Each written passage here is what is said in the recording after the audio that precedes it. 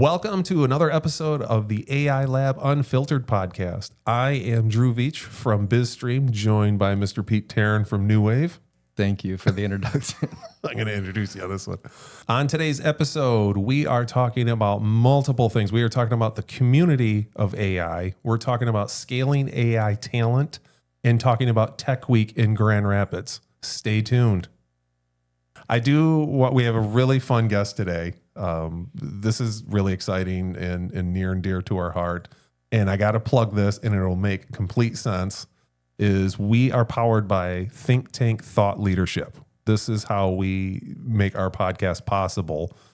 And we just can't do it without them. I can't think of any other words. But I'll help you out, buddy.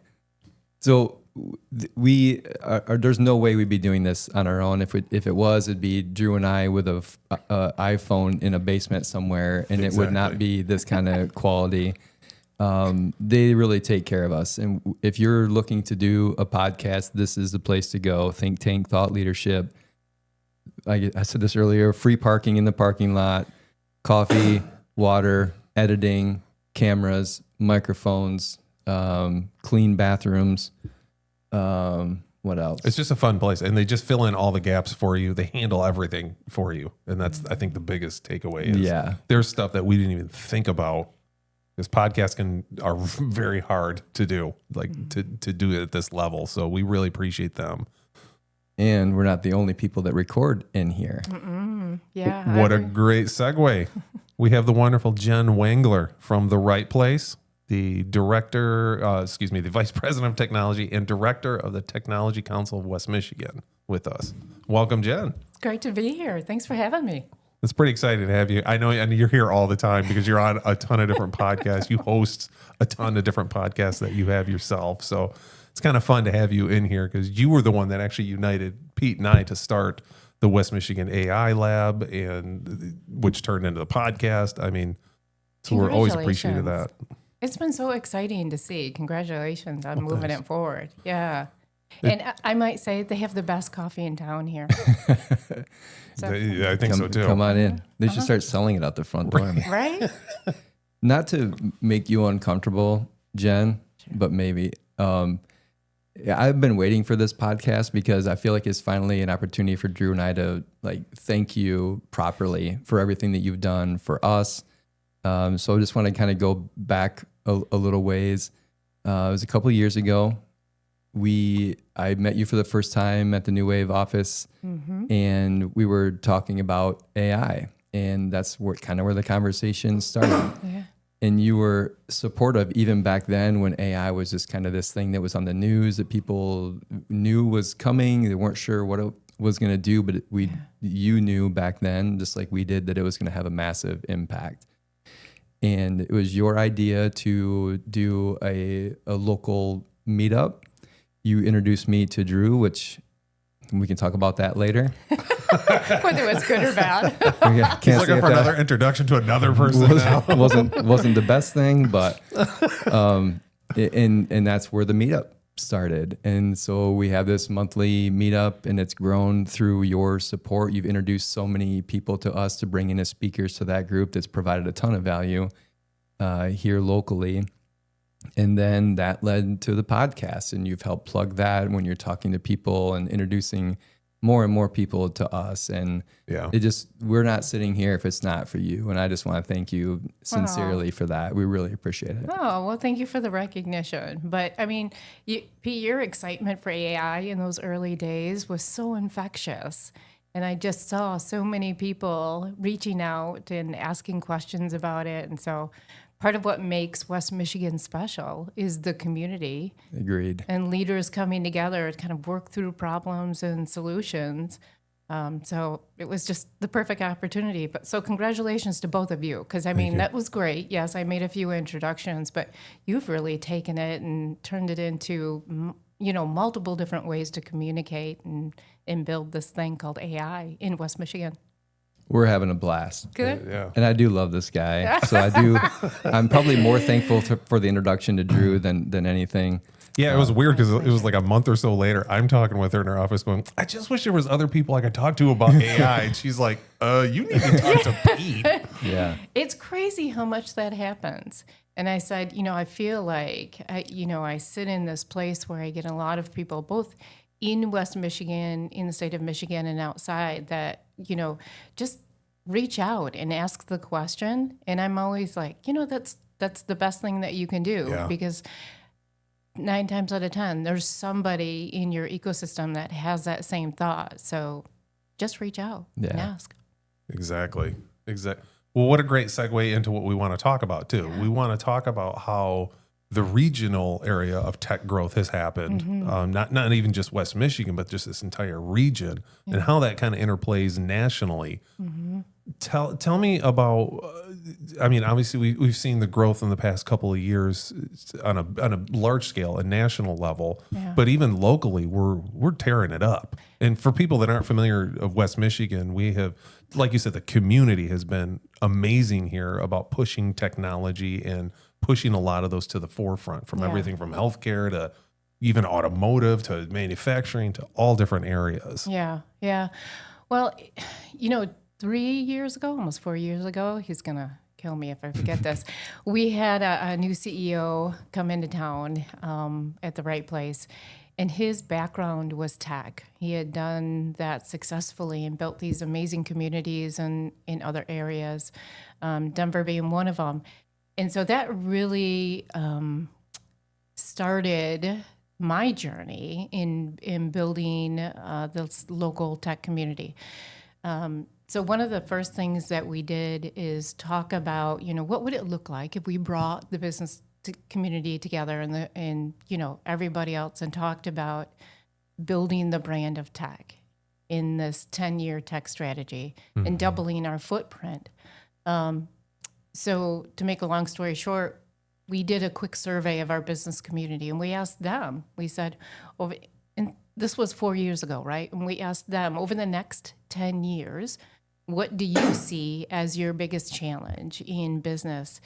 And 3 things kind of rose to the surface. Machine learning. I forget what the other one was. There were 3 of them. Machine learning was one of them, and AI was another. And one might argue that AI has, in the last 4 years, bubbled to the surface. Oh, sure. So they were seeing it 4 or 5 years ago, before we were even talking about it. So when people ask me about, kind of the local economy and how AI is impacting us, I talk in very measured ways, because I think that our business community is still very manufacturing centric. And I think that they're looking at things like AI, and they are implementing in a very measured way. Certainly not at the pace of the coast or the bigger hubs, but yeah, so it's been an exciting journey. Is it measured because that's kind of who we are in West Michigan? Is it what are the factors that are, I guess, keeping us from moving faster? Yeah, that's a good question. I was thinking about that the other day too, right? When they were talking about the trillions of dollars that are going to be available for communities. And we certainly want to get our lion's share of that. But there are a lot of things that are going on right now for businesses, especially in the manufacturers. It's kind of all of the micro and macro things happening in the economy. A lot of our larger companies are slowing down their innovation arms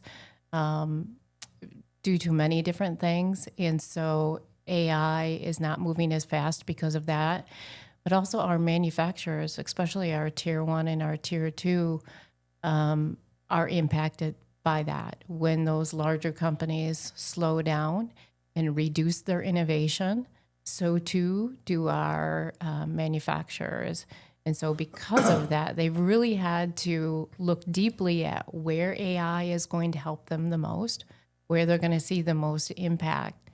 And then couple that with the fact that, Security is an issue, as you know, Pete, with New Wave, right? So how do I do this new thing in a very safe environment? So all of those factors are playing into it. But we also have a very conservative community, right? And that's really where an organization like The Right Place comes in, right? So bringing those thought leaders together to talk about where they've seen successes, where they're experiencing challenges, and where there are opportunities to work together. Do you have, you mentioned some of the bigger companies slowing down on their innovation side of things. What factors are playing? And is this like because of the economy and tariffs are a big distraction right now? Yeah. Like what's driving that slowdown for it? Yeah, that's a huge one, right? So I had a business leader tell me the other day, one of the larger ones, I can't say who, but I had him tell me that, we just wait 10 minutes and things are going to change again. So there's a little bit of a, we just don't know when the other shoe is going to drop. And so there's this hesitancy to make big bets. And so we're doing things, but just on smaller scale. But there are a lot of things happening on both a macro and a micro level at the same time. But yes, supply chain is a huge one. Yeah, I just see that as just a huge distraction right now with everything. It's where are you going to put your money? I mean, you need materials to continue on before you can even innovate. Exactly. I have a good friend who works in supply chain for a pretty large company here, headquartered here in West Michigan. And we were golfing the other day, and I remember how much he struggled through COVID.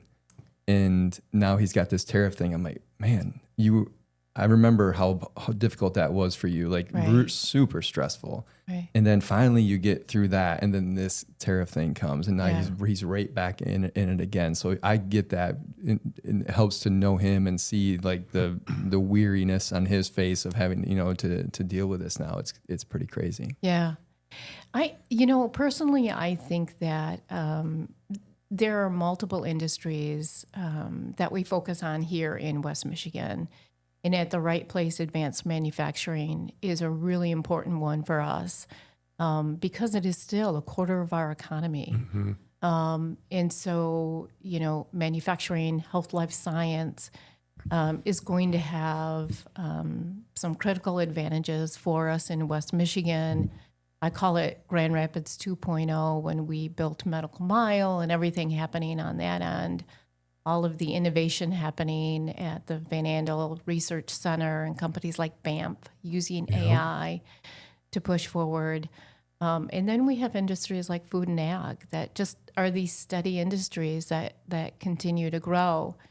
So all of them are looking at things like AI and asking from an operational efficiency perspective, how can we use this tool? Because it's just another tool, right? Tool in the toolbox to move faster, to be more competitive, to get our workforce up to speed, which is another huge competing factor, right? The students coming out don't have enough of the skills that they need, and the CEOs certainly aren't as comfortable with it as they need to be. So just, thinking out a little bit farther, I think once companies start to use AI and implement it into their software, I think it'll be easier for our manufacturers and other companies to just incorporate AI into their everyday operation. I think when they have to think about building their own agent and stuff like that, I think that's way too much for them to think about. Yeah. Well, and I think a lot because the speed of AI and like you said, executive leadership or even just leadership in general is looking at it going, where do we jump in? Yeah, absolutely. Like, where do we jump in? Yeah. And you and I talked to a lot of businesses in the area about that, about kind of the one-on-one. Here's where you start. Yeah. Here's where you can start implementing on a micro scale to get comfortable with it. And kind of relaying, here's the security of it, here's the do's and don'ts, if you will. Yeah.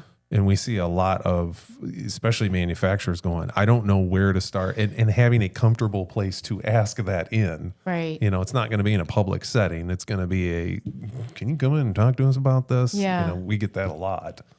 I'm curious to hear from you guys too, like who within the company you're starting with. So 2 years ago, we launched an AI roadmap for manufacturers based on certain personas. So whether you're the HR representative, which is where we see AI being utilized a lot, right, in talent retention and workforce, or if it's an operational, you're leading, you know, your operation team and trying to figure out how to use, you know, predictive maintenance or those types of things operationally. So we used this roadmap based on certain personas. But even that has been a bit advanced for them to start with. So I'm curious, from your perspective, who are you starting with? Typically, the people in the room. That it has discussion. literally been all of the above. And I wouldn't even say in separate sessions. I would say in the Together. same session. Okay. It's been, we got guys coming in that can talk to us about AI. Yeah. They've got, here's 2 people from HR. Here's the marketing director. Here's a marketing assistant. Here's the CEO. Here's the president of that division. Here's the operations. And they're all in there. Yeah. Which is helpful. That's how, if you're starting out, to have those people in the room all together. Right. And we found out, Sally over here is actually using it in HR. Yeah. She's already using it in this implementation. The director of marketing is using it for these 4 things. Right. So it was an eye opener for the leadership going, oh my gosh, we're already using it internally. Yeah. And it's okay. Now, how do you put a policy together with that? Yeah. How are you going to use it responsible? Right. And just kind of packaging that all up for them to, you're already starting with it. You just need to get your people on the same page and what to do next. Right. With it. But it is everybody in there. Jumping in. Yeah. I feel like early on when I would ask that question of companies, like, where are you starting and who, most of them were like, okay, well, we took our top leadership and we picked 2 or 3 people that seemed to have a curiosity and were willing to jump in and test out a few things and then report back. So I feel like we're a little farther than that, but Yeah. okay. I think Drew and I are a bit of an anomaly and really fortunate that the owners of BizStream and New Wave are very much bought into AI. Yeah. So we don't have an uphill battle to fight there. We don't have to convince them that AI is the future. So It's a service for our companies. Yeah. Yeah. And I'll share a bit of a story that doesn't paint me in the best light, but I think it's important for people to We can edit. to hear. No, I think that I don't care sharing this. So we just talked about how it's been a couple of years now that we've been talking about AI. I've done several speaking engagements to several companies. Drew has too. We've got the meetup. We've got the podcast. Externally, you would look at Pete and you would say he's got his shit together with AI. But earlier in our AI journey at New Wave, I was in a meeting and we were talking about where we're going with AI, and our president looks at me and he goes, "Pete, what's our AI strategy?" And I was looking at him and I was like, we don't have one. Yeah. And that was so Wow. eye-opening. And I share that because I think that's where a lot of people are right now is, okay, cool. We're an AI company because somebody's got a ChatGPT account and they wrote a policy. Right. You're not. Yeah. You're not an AI company. That is unleashed, unsupervised, uncontrolled AI in your organization, if you really think about it. Yeah.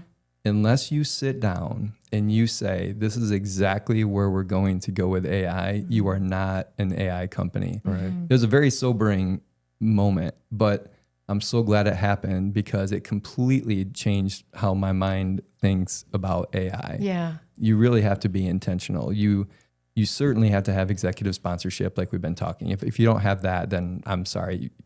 You either bring in a third party that will be your AI champion for you and be a part of that leadership team, or get a different leader. I don't know, but But you really have to sit down and you have to have an actual plan. You should have, we have a client who explained what they were looking for from us. He said, when we're done with this engagement, if somebody asks me what our AI strategy is, I want to be able to pull out this 1-page thing and show them and say, this is our AI strategy. And that's like, yep, that's that light bulb. Like that's what we need. That's what our clients are going to need.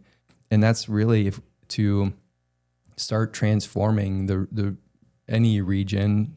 I'm partial to this region. Into an AI-centric region that needs to be pervasive.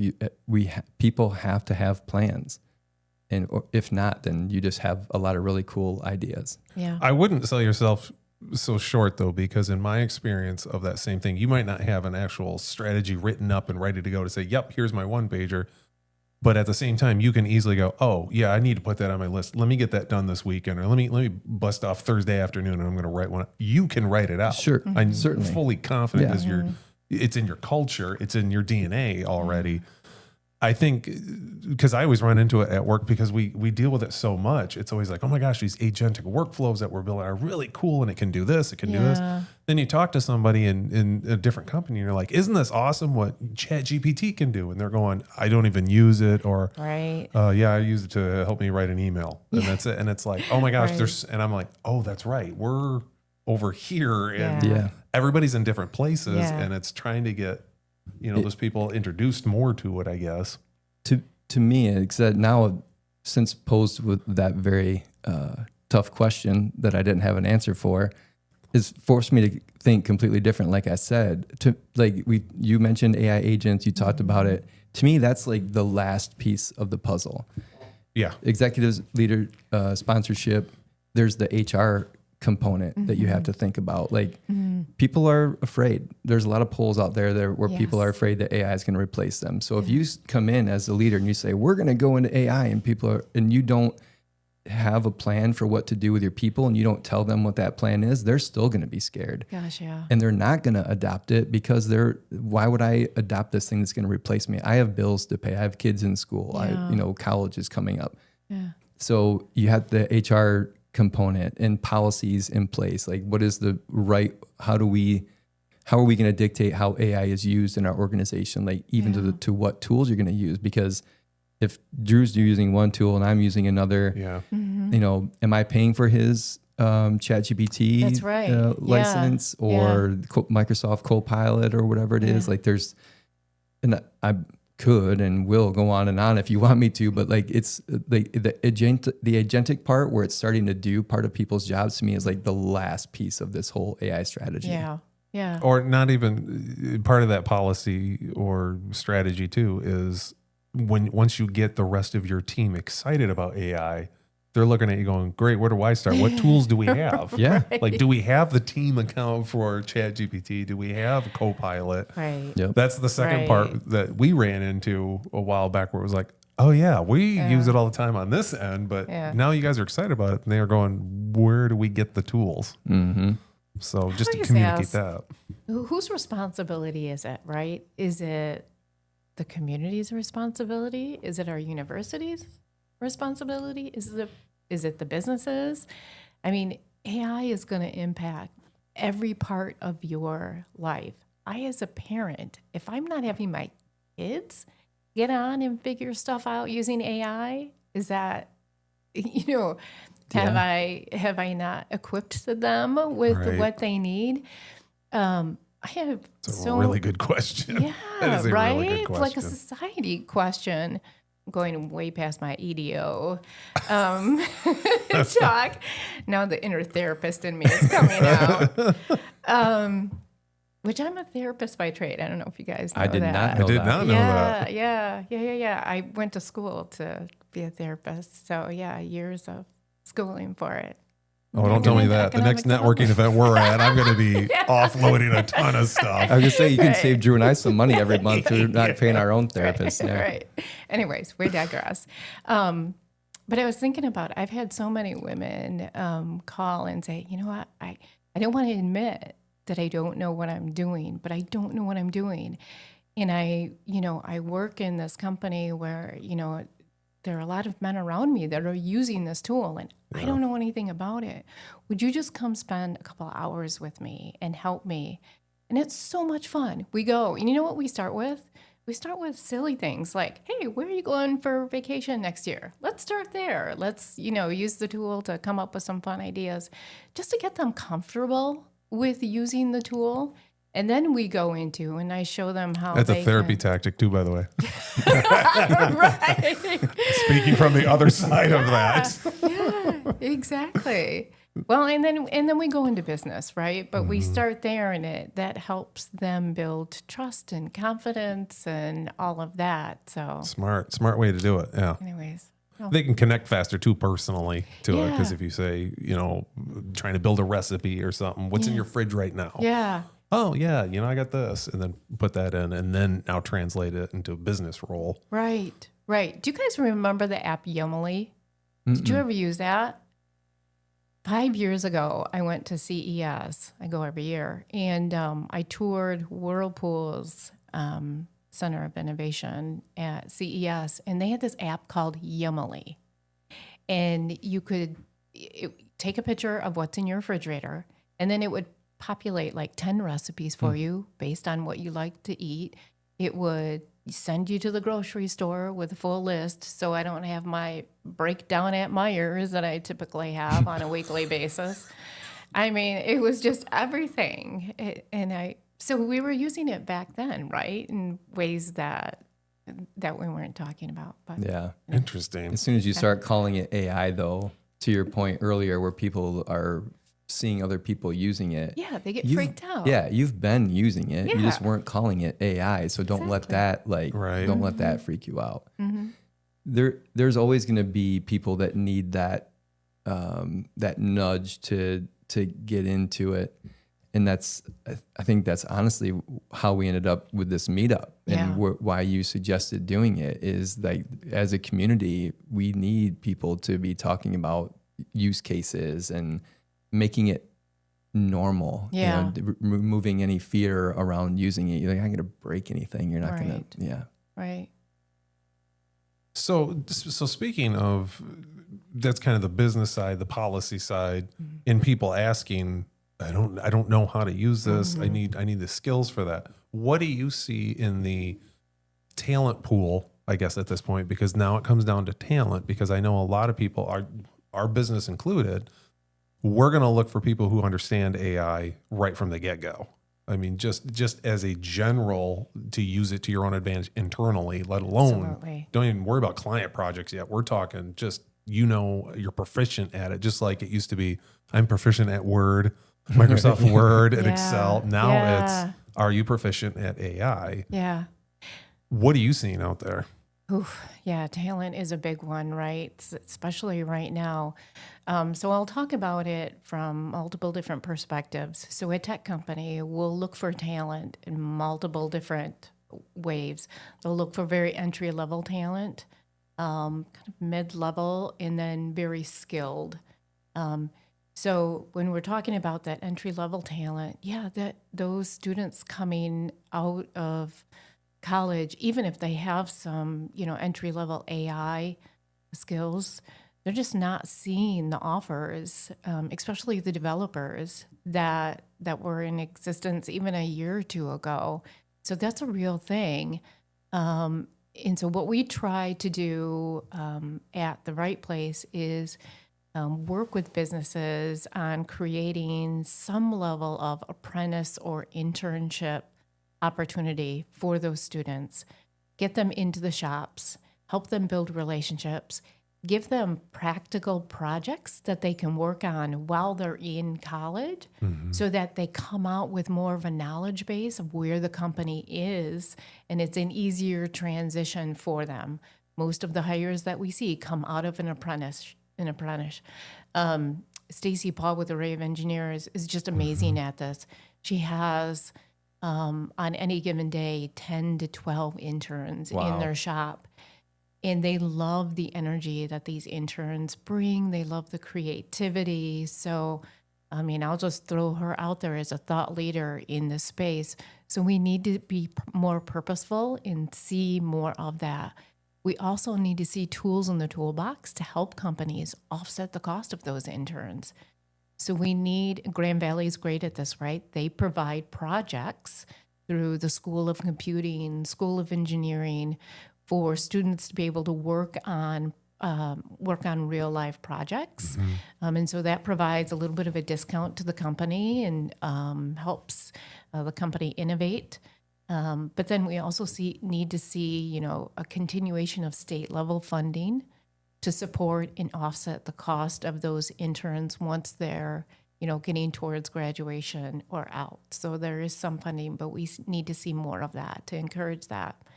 So that's on the very entry level, right? And then let's talk about kind of those that are experienced and have some level of experience. Well, because of the economy and the things that we just talked about, right, the softening of the economy, there are a lot of experienced developers that are already out there looking for work. And so the companies that are hiring are gobbling up that level talent and not the entry level. So, where there is hiring, that's where I see kind of the biggest shift.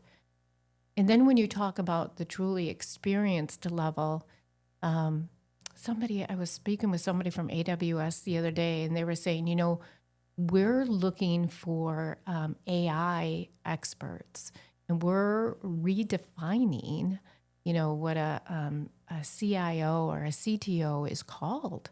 And we're putting AI into their acronym. Yeah. And so universities like Grand Valley and Marwan Casantini, who is the new dean of the College of Computing, is really progressive in this area about putting programs and curriculum together that allow people to come out with that acronym, because those advanced companies are going to be looking for that. That's interesting. That because I have started seeing that it's the director of AI strategy or integration. I have started seeing that, and that's interesting to even get it down to that college level of preparing them for here's the titles, here's the skills that go along with that. That makes sense. Well, and then don't forget about the worker that's already out there, right? I mean, so important, especially with our manufacturers. So schools like Grand Rapids Community College won an award, I think it's been a couple of years now, that they won an award from Dell to be able to retrain and reskill existing workforce. Nice. So they have, plant managers, HR coming into their center, and they're retraining and upskilling them into, where AI is. That's awesome.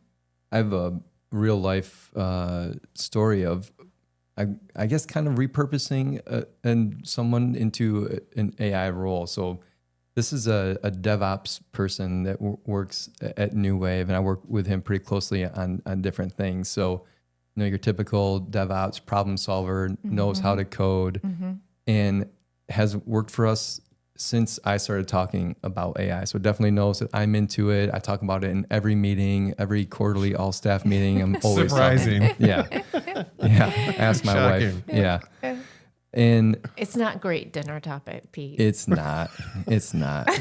I have bad stories about me talking to people about AI, but I've already been self-deprecating enough, I think, for this podcast. But he's a great guy, and I enjoy working with him. But despite all of that talk about AI, he hasn't done anything with AI until actually quite recently.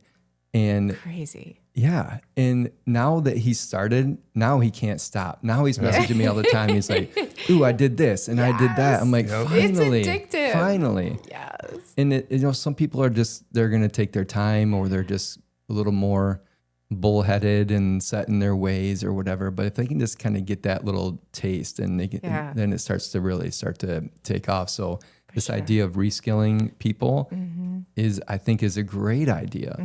Because if you're a problem solver, you're a problem solver no matter what tool you're using. Sure. And now if you're a problem solver with AI, you're like Oh my super powered. gosh. Yeah. Yeah. It's giving you that right tool in the toolbox.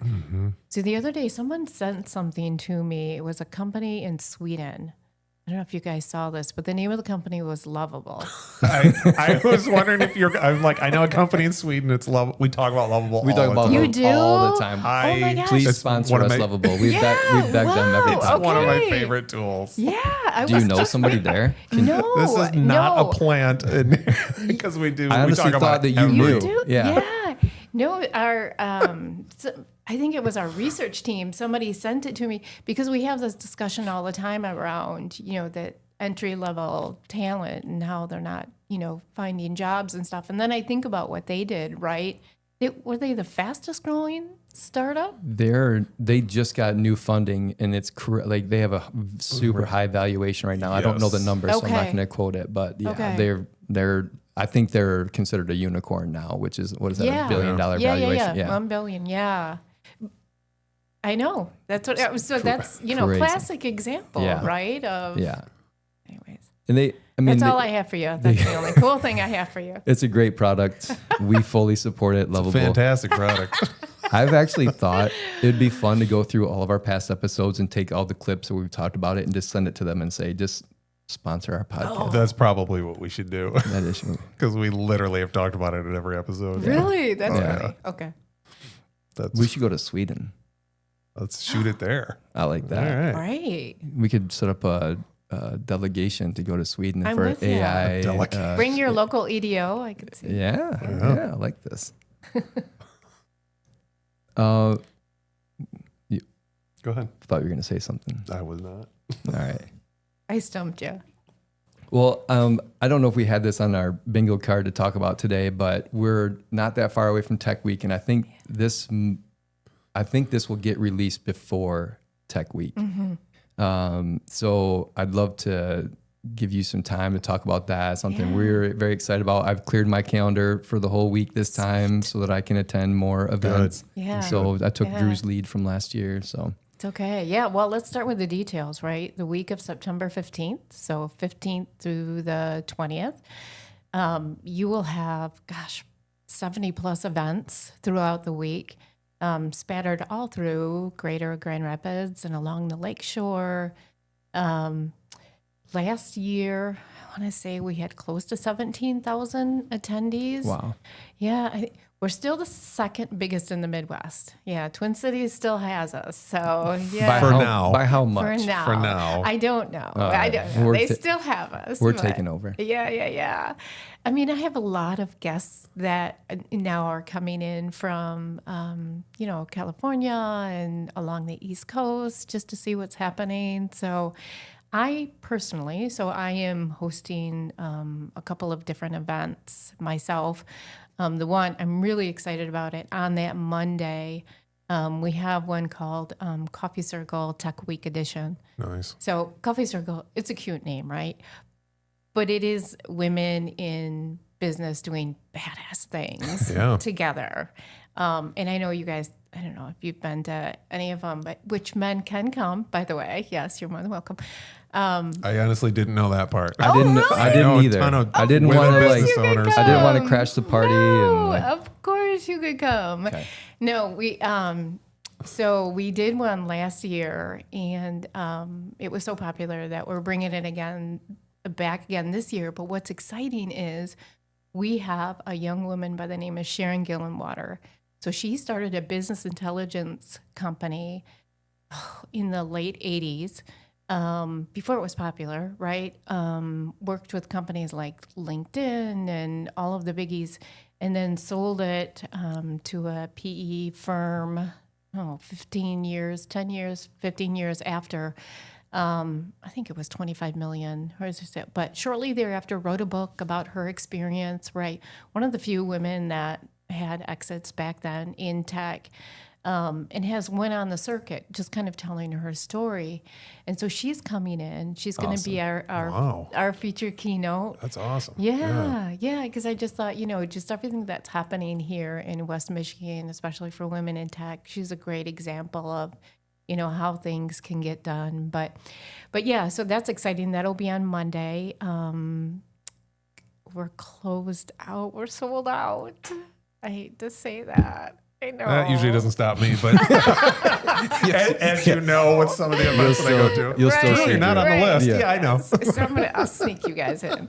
But yeah, so there are a lot of, we have a VC Insights and Innovation Showcase that's happening this week. And this is an opportunity to get a lot of our, our VC friends, angel friends, PE firms, everybody in town to see the magic happening. That this is really a cool place where you can, build technology and sustain and run a team. And so we want to encourage that, what I call wealth creation, especially during that 1 week. But yeah, Are you guys hosting any events during the week? We are. Yes. Okay. Our submission will be in on time. We did need to change what we were going to do, which is delayed the application. I already had an email into, and I can't remember her name, but she was very nice and came back and said, "We'd love to have you back this year." And Miss Jill. Yes, thank you. Yes. And so we'll get. I'm working on that. I'll get that in. Thank you. It's on the record, so you now have to do it. I have to do it. That's awesome. It was actually Drew's idea for what we're going to be doing, which I love the idea. And I don't know if you want to, it's your idea if you want to talk about it, but. Kind of. We can talk about it. Don't be shy. We are going to have essentially a panel of AI experts. Nice.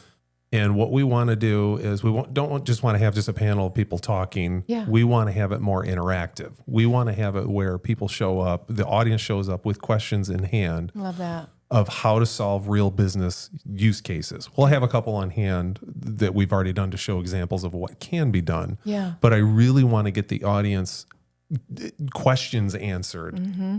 And that's the focus, is the audience can then ask, how do you solve, for marketing, how do I do X, Y, and Z? Yeah. And then you've got a panel of experts that can really put that strategy with the tools in place right there live, essentially. Yeah. They're not going to build it live, but they'll walk you through what those steps are so you can take it and run with it and go, now I know how to solve this using AI. Sure. A lot of times we get people that, we get two camps of people. People that are going, I know nothing about AI, but I'm guessing I should be using it. And then we get the other camp going, I want to use AI. I want to use AI. And it's both of them. It's like, hold on a second. What are you trying to solve? Yeah.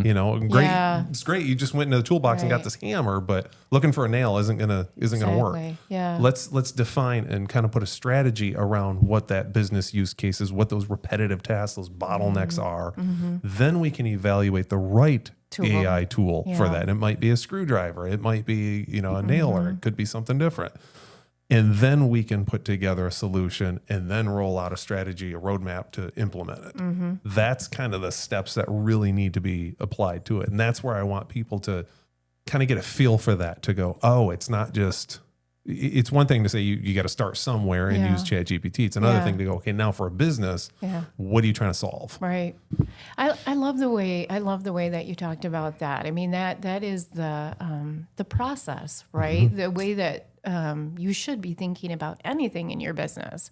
If it's not broke, don't fix it. I don't know, something like that. Well, my big thing is don't put AI in for the sake of AI. Yeah, right? exactly. It Think could be about what the solved problem- 100 different ways. AI is just one of the tools. Could be Right. the best one for the scenario, but define that out a little bit better. Right, exactly. So I think everybody sees the cool AI captions and thinks, oh, I need to either put AI in my business's name in order to be cool or something like that. Right. But really, you're just solving problems, and there are all kinds of tools out there to help you do that. And Exactly. I feel like software was the same discussion, right? Like everybody had to build their own custom software for a while. And you guys are saying, whoa, slow down. There's probably something on the shelf that will fit what you need. That you can implement 10 times faster. That's a fraction of the cost. Yeah, right. And once that developer that came up with that original custom, he leaves, well, now what are you going to do? Yeah, for sure. Well, so other cool things that we have going on during Tech Week, because if I don't mention it, my team will get mad. On Tuesday, we have a student showcase, which is really cool. This is one of the first things that we did, right, is held a showcase of all the cool companies in town and invited students and parents in and just showed them how things are, happening and what technology looks like. So that'll be on Tuesday. That continues to grow. Trying to think what else is big during the week. I could help you with a little prompt. There's Oh my gosh. There's kind of a big deal on Monday afternoon. Okay, now I'm really going to be in trouble because I did not start there. Yes, the WAS is going to be in town. Yes. So the first year that we launched Tech Week was really exciting because of the keynote. So nobody would have envisioned 4 years later, bringing in somebody like Steve Wozniak. Crazy. Yeah, last year we had Malcolm Gladwell. That was awesome. Which was amazing. Now, talk about you up the game. Yeah. For again. real. Yeah. Well, last year was Stephen, the first Malcolm. The first year we had Malcolm, right? And the last year was Stephen Dubner. Oh, it was Oh my Dubner. gosh, you're right. Yeah, yeah, yeah. Oh my gosh, Sorry, it's all that's You my had bad. me You had me thinking, convinced. like, wait, Yeah. yeah, which was great. Still great, but I mean, to get anybody after Malcolm is great. But I don't know, it speaks to, we just have an amazing team at the right place too. So Andrea Ramkama, who has led this event, this massive event from the get-go, has done an amazing job at it. But yeah, so that's really exciting for little nascent Grand Rapids. Yeah, godfather of computing. We are becoming a force to be reckoned with, though. That's what what you guys are implementing and what you guys are trying to do and inspiring that community to grow that. We are a force to be reckoned with, I would say. Yeah, but yet still humble. That's the thing, right? Well, not me, but Some more than others. your experience may differ. It is like if I were looking to start a business somewhere, I would never leave West Michigan. Like I love the people here. This community that you've helped develop is awesome. Like we go to so many networking events and even our own meetup, and everybody is so great and gracious. And how many people have spent time speaking to our meetup or being on the podcast, and nobody asked for anything. They're happy to do it, and they're happy to introduce you to somebody else that would like, how can I help you? Like, yeah, thank you. That's awesome. Yeah, right. Yeah, I don't know if many people know this, but I started my career running a business. With brother and I graduated from college. My parents had a manufacturing company, and we were tier 1 supplier to GM and Ford. And my brother had a finance degree, and I was sales and marketing. Shocker. Yeah. And so, they were ready to retire, so we took it over and did that for a number of years. And then 2008 hit, and it was like, we lost so much business. So we ended up selling it and selling off the assets. But that was my first kind of toe into the world of EDO, because we worked with an EDO through that all. But I say now, if I had all the connections back then that I do today in the community, I never would have sold it. I would have turned it and flipped it and done some different things with it. But you can have the most knowledge in the world, but without that network, your network is really the keys to the kingdom for you. It really is. I'm so late to that game. Both of you, I feel like are experts. I'm an introvert, and I've always avoided the networking thing up until starting this meetup last January. And I've only then, and I'm 50 years old, I'm just now learning the power of networking, and I'm grateful for it. I regret not starting it earlier, especially in this community and this network that we have here is just incredible. So Absolutely. But that's what I say. I don't want to be Silicon Valley. I don't want to be Silicon Valley, right? I want to be Grand Rapids' own best version, which there's a secret sauce to it. So I hope that as we grow, we can keep that part of it. Yeah. That's a great way to put it. So. We got to end it on that. I want to end it on that. We got to Perfect. wrap this up anyway. Jen, it's always a pleasure having you on. You're amazing at everything you're doing right now for our community, for us, for everybody around you. Really appreciate it. Tell our viewers where they can find you. Yeah, well, certainly LinkedIn. So, and email, winglerj@rightplace.org. Yeah, those are the two best ways. Awesome. Appreciate you coming in. Yeah, Thank I you so appreciate you much. having me. Great conversation. Awesome. If you like today's episode, hit the like and subscribe button. And if you have a comment, feel free to put that in the comments below. Thanks, everybody.